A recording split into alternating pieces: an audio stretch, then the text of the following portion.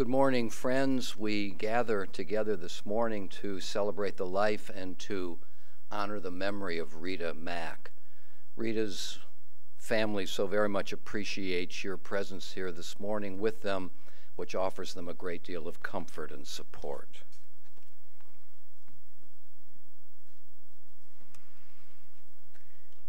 Mismol David, Adonai roi lo echsar, binot sheyarbitzeni, al memenuchot yanachaleni, nafshi yishovev, yanacheni v'magle tzedek lema'an shemo, Gam ki helech v'gitzal marvet, lo hirara ki ata imadi, shivtecha umishantecha hema yenachamuni.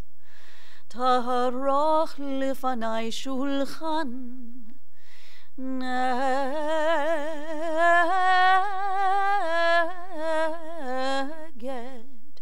Zurirai Di Shanta Vashamen Roshi Kosir Vaya Achtov Chesed Yildifuni Kol Yamei Chayai Vishaviti B'veit Adonai li'orech yamim.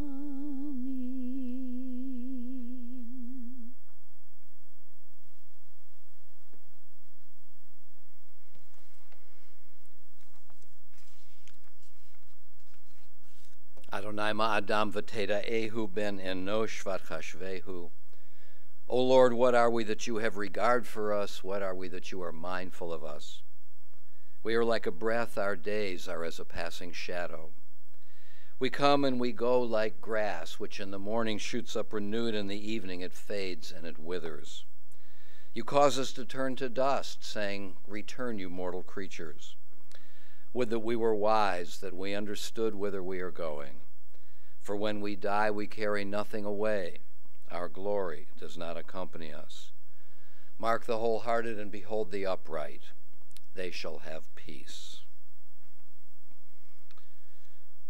The author of the first of the Bible's 150 Psalms expresses for us in language both poignant and succinct the nature of the good life and the fruits of that life.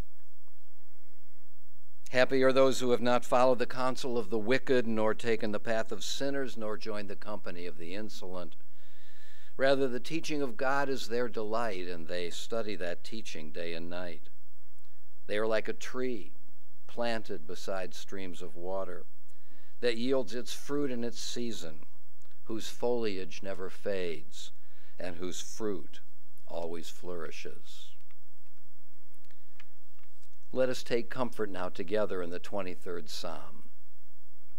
The Lord is my shepherd, I shall not want. He maketh me to lie down in green pastures. He leadeth me beside the still waters. He restoreth my soul. He guideth me in straight paths for his name's sake. Yea, though I walk through the valley of the shadow of death, I will fear no evil, for thou art with me. Thy rod and thy staff, they comfort me. Thou preparest a table before me in the presence of mine enemies. Thou hast anointed my head with oil, my cup runneth over. Surely goodness and mercy shall follow me all the days of my life, and I shall dwell in the house of the Lord forever. Esa enai el heharim me'ayin yavo Ezri. Ezri me'im Adonai oseh shamayim va'aretz. I lift mine eyes unto the mountains. What is the source of my help? My help comes from the Lord, the maker of heaven and earth. God will not let your foot give way. Your protector will not slumber. Yea, the protector of Israel neither slumbers nor sleeps. God is your guardian, God is your protection at your right hand. The sun will not strike you by day, nor the moon by night. God will guard you from all harm. God will guard your soul, your going and your coming, now and forever. Kohelet, the author of the biblical book of Ecclesiastes, reminds us that for everything there is a season, a time for every experience under the heavens, a time to be born and a time to die, a time to plant and a time to uproot what is planted, a time to tear down and a time to build up, a time to weep and a time to laugh, a time to grieve and a time to dance, a time to throw stones and a time to gather stones, a time to embrace and a time to refrain from embracing, a time to seek and a time to lose, a time to keep and a time to discard, a time to tear and a time to sow, a time to keep silence and a time to speak. Rita Mack died at 2 o'clock in the afternoon this past Shabbat at the age of 87. She lived a long and an eventful life, though her last 8 years saw gradual but inexorable decline, and she spent her last 5.5 years at the Montefiore Home for the Aged, surrounded by her loving and devoted family and by so many of her loyal friends. Rita was born on June 3rd, 1929 in Vienna to a well-to-do family of 5, her mother, her father, and her 2 older sisters. When Rita was 9, Hitler invaded Austria. At this point, Rita's father had the foresight to realize that the Jews of Austria had no viable future. And so he contacted relatives in far-off Cleveland, Ohio, requesting that they send affidavits allowing the family to leave Austria, which these relatives did. Then, with access to exit in hand, Rita's family left Austria and all their possessions behind, taking only what they could carry with them. A harrowing experience indeed for a 9-year-old to absorb. Rita's family settled in Cleveland, and Rita went to school, graduating eventually from the fabled Glenville High School. Upon graduation, she matriculated at the Ohio State University, where she studied for 2 years before returning to Cleveland due to the lack of family funds. She completed her undergraduate degree at Western Reserve University.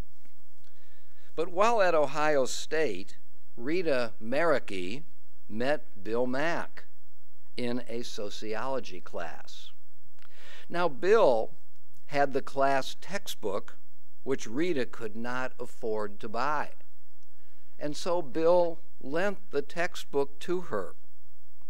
Thus began a courtship that ended in marriage on September 23rd, 1951. A marriage, a real union that ended almost 65 years later with Rita's death. Now, when I met yesterday with Rita's family, her husband Bill, her 2 sons Howard and Larry, and her daughter-in-law Janet, they told me about this wonderful woman. What kind of a mother was she? I asked. Well, she was very disciplined, they said, and in a good and productive way.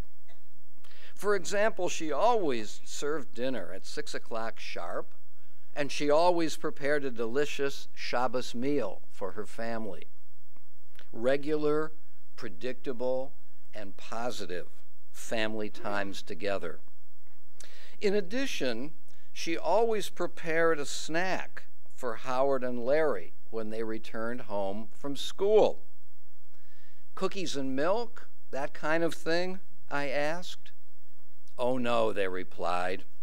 Our mother prepared things like hot soup and hot hors d'oeuvres and open-faced cheese sandwiches, things like that. And Rita was always at home to serve them when her boys arrived. All of this is surely evidence of Rita's capacity for purposeful action and deep caring. And Rita had a strong work ethic as well, devoting her considerable energies to many different jobs over the years. She taught English to foreign adults for Nationality Services in Cleveland. She served as a substitute teacher at many area high schools, taught Sunday school at Temple Emmanuel, offered educational services for the Poison Center, and taught at the Cleveland Hebrew Schools and the Hebrew Academy. On top of these many activities, Rita spent countless hours volunteering for the PTA, the Ronald McDonald House, the Maltz Museum, Montefiore, Ort, Hadassah, and our Temple Library. Notably, she also served as the University Heights Bicycle Parade coordinator.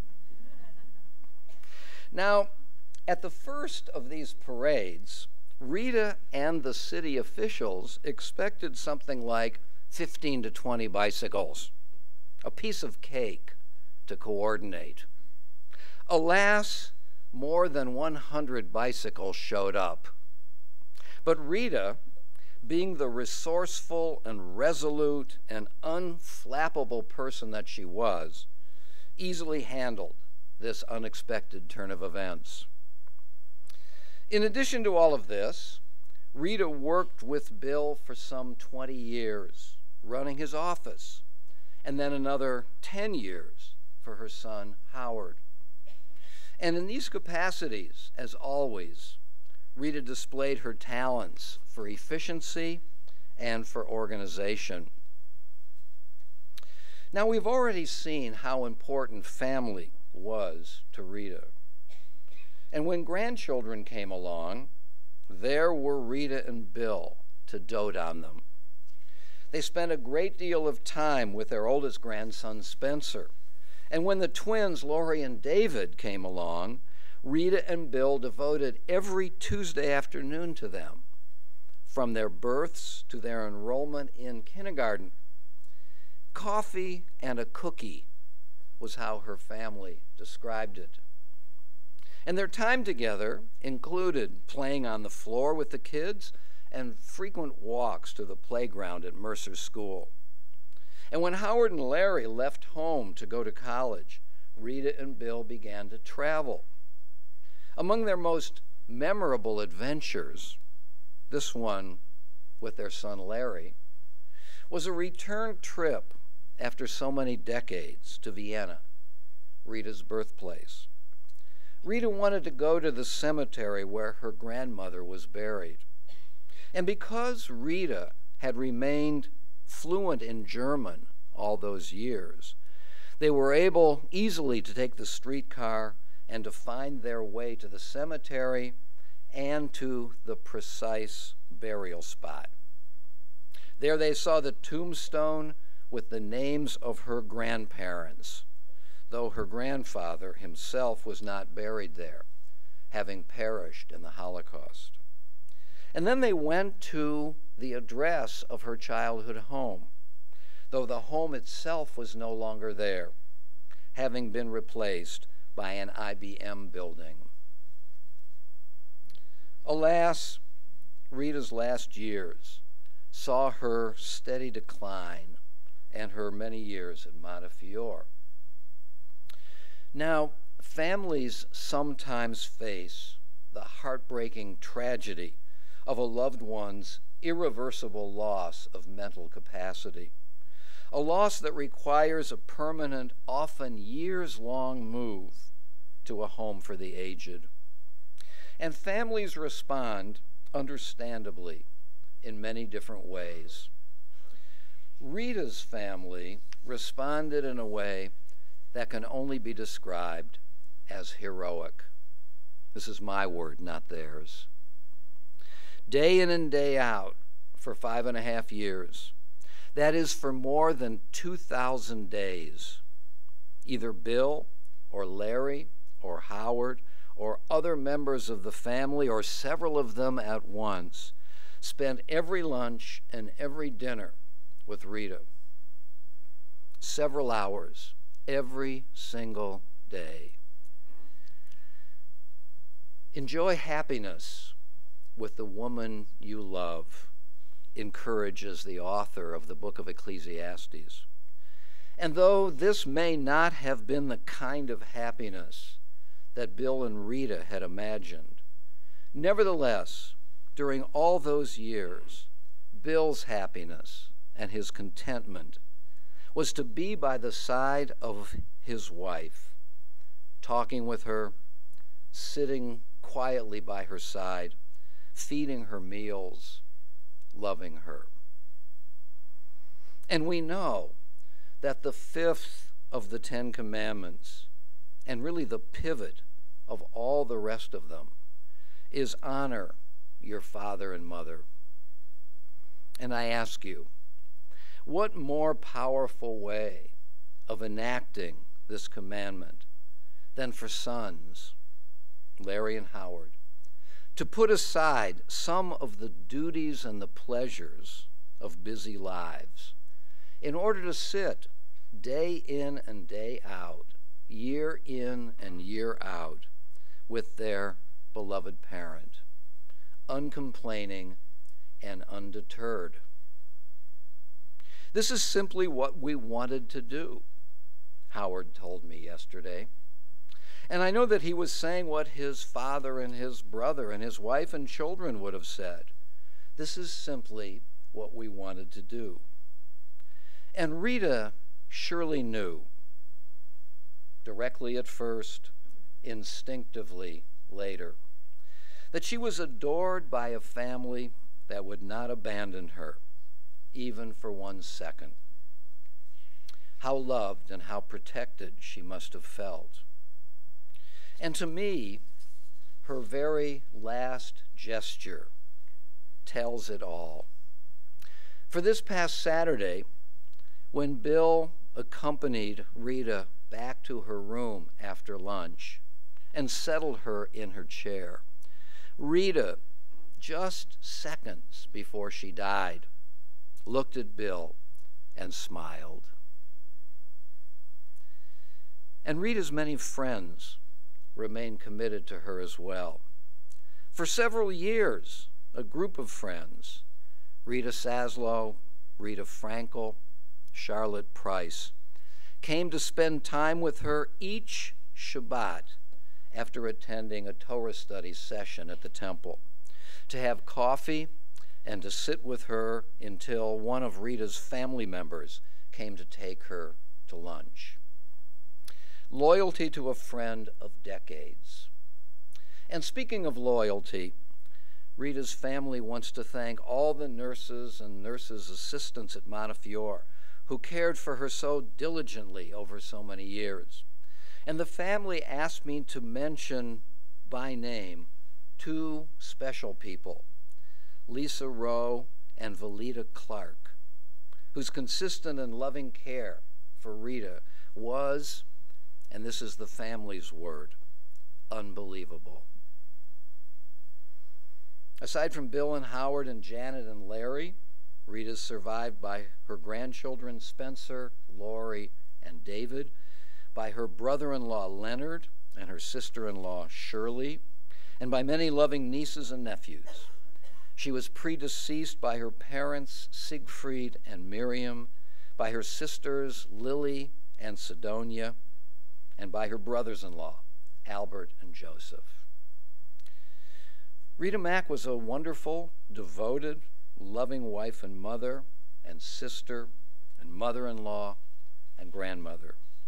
She cared deeply about her temple and about her community, and she made many signal contributions to their well-being.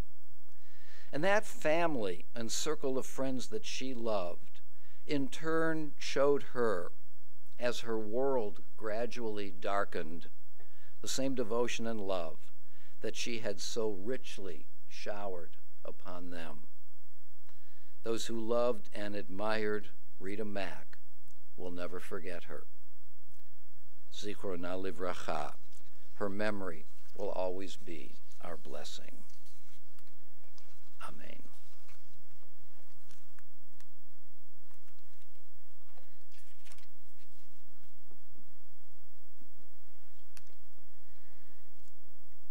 There are stars up above, so far away we only see their light. Long, long after the star itself is gone. And so it is with people that we loved. Their memories keep shining ever brightly, though their time with us is done. But the stars that light up the darkest night, these are the lights that guide us as we live our days. These are the ways we remember as we live our days. These are the ways we remember. יש כוכבים שאורם מגיע ארצה, רק כאשר הם עצמם עבדו ואינם. יש אנשים שזיו זכרם מאיר, כאשר הם עצמם אינם. עוד בתוכנו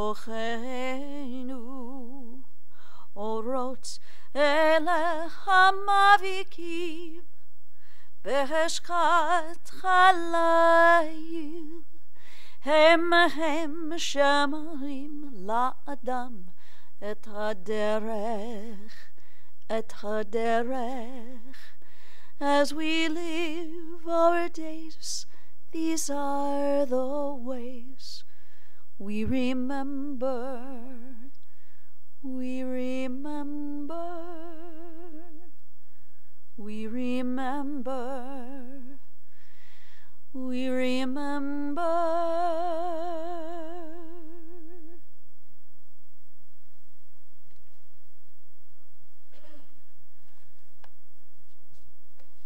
O God of life, amid the ceaseless tides of change which sweep away the generations, your love remains to comfort us and to give us hope. Around us are life and death, decay and renewal, the flowing rhythm that all things obey. Our life is a dance to a song that we cannot hear. Its melody courses through us for a little while, then it seems to cease. Whence the melody, and whither does it go? In darkness as in light, we turn to you, the source of life, and the answer to all of life's mysteries. Will you please rise now for the El Malei Rachamim?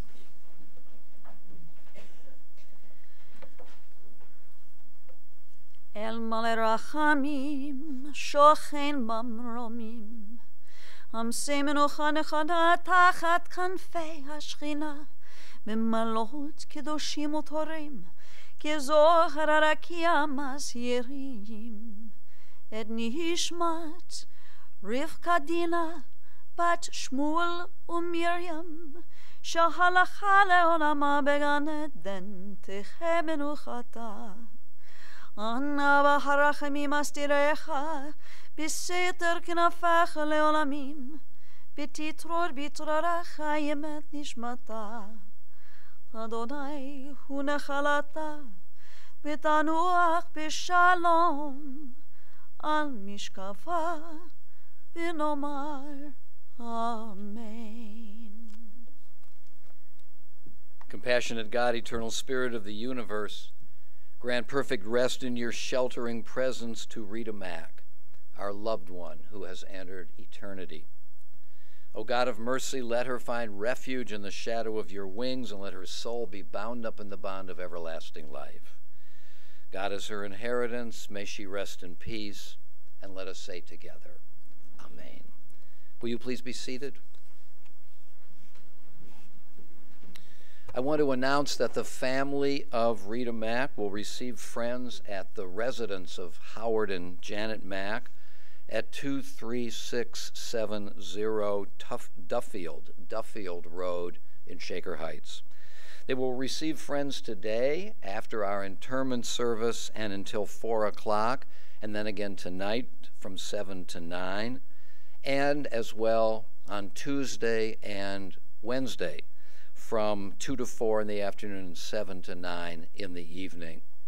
Once again, on behalf of the family, thank you so very much for your presence here with them this morning, which offers them a great deal of support. Thank you. This concludes our service.